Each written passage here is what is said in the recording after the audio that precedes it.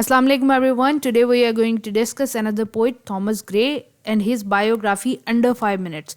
آج کی اس ویڈیو میں ہم نے تھامس گرے کو 5 منٹ کے اندر کمپلیٹ کرنا ہے. یہ پیدا ہوئے تھے 1716 کے اندر اور 26 دسمبر کو، اور ان کی ڈیتھ ہوئی تھی 1771 30 جولائی کو. یہ لنڈن انگلینڈ کے اندر پیدا ہوئے تھے، اس لیے یہ ایک انگلش پوئٹ ہیں، لیٹر رائٹر ہیں، لیٹرز لکھا کرتے تھے اور آفیشیل لیٹرز لکھتے تھے. اس کے علاوہ یہ کلاسیکل اسکالر تھے. کلاسیکل اسکالر اس لیے تھے کیونکہ گریک اور لیٹن کو پڑھا کرتے تھے اور اس کو ٹرانسلیٹ بھی کیا کرتے تھے. اس کے علاوہ یہ پروفیسر رہے ہیں کیمبرج یونیورسٹی کے اندر، اور سب سے زیادہ مشہور اپنی ایک الگی کی وجہ سے ہوئے تھے جس کا نام تھا کنٹری چرچ یارڈ. یہ آپ نے بھی پڑھی ہوگی.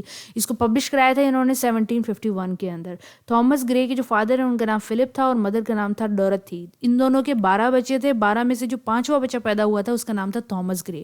انہوں نے ایٹن کالج کو اٹینڈ کیا تھا 1725 سے لے کر 1734. اس کے بعد پیٹر ہاؤس کے اندر اسٹڈی کی تھی جو کہ کیمبرج کا ہی ایک ایریا ہے 1734 کے اندر. ان کی جو شہرت کی اصلی وجہ ہے وہ کنٹری چرچ یارڈ ہے جو انہوں نے پبلش کرائی تھی 1750 کے اندر. اور اس کے بعد انہوں نے فردر پبلیکیشن کرائیں جنہوں نے ان کو سکسیس دی، لیکن سب سے زیادہ فیمس ان کی یہ پوئم ہوئی. اس کے علاوہ ان کے فرینڈس بھی، جو فرینڈ سرکل ہے وہ بھی پوئٹ آپ کو نظر آئیں گے، وہ بھی لٹریری فگر نظر آئیں گے، جس میں سے ایک ان کے فرینڈ تھے ہوریس. اور اس کے علاوہ ان کی ماڈرن تھنکنگ، ماڈرن ہسٹری پڑھنے والا جو سبجیکٹ ہے اس سے ریلیٹڈ ان کے کلوز فرینڈ تھے جن کا نام تھا رچرڈ ویسٹ. یہ دونوں جو بندے ہیں یہ ان کی زندگی میں ایک امپورٹنٹ رول ادا کرتے ہیں ایز اے لٹریری فگر. اس کے علاوہ تھامس گرے جب کیمبرج یونیورسٹی میں پڑھایا کرتے تھے تو ماڈرن ہسٹری کے پروفیسر تھے، یعنی کہ اس ٹائم پیریڈ کے اندر بھی جو ماڈرن اپروچز آ رہی تھیں ان کو اسٹڈی کر رہے تھے.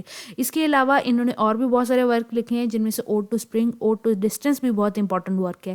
یہ ایک کلاسیکل اسکالر اور ٹرانسلیٹر اس لیے تھے کیونکہ گریک ورک، لیٹن ورک کو پڑھ کے انگلش لینگویج میں ٹرانسلیٹ کیا کرتے تھے. ان کی ڈیتھ ہوئی تھی 30 جولائی 1771 کو، اور ان کی جو باڈی ہے اس کو دفن کیا گیا تھا ایک چیپل کے اندر جس کا نام تھا سینٹ جارج چیپل. اگر ان کی تھیمز کے بارے میں ذکر کریں تو مورالٹی پہ لکھا کرتے تھے.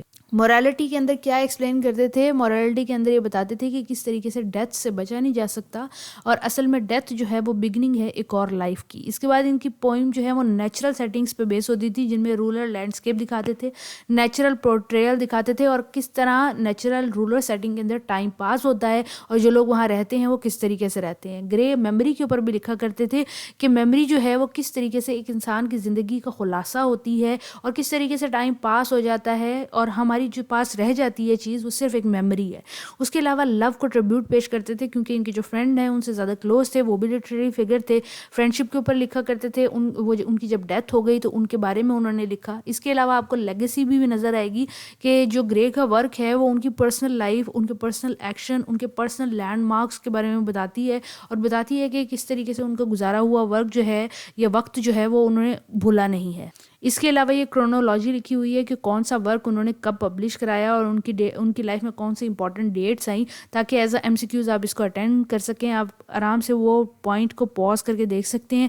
If you have any question you can ask me, and thank you for watching. Please share with your friends. اللہ حافظ.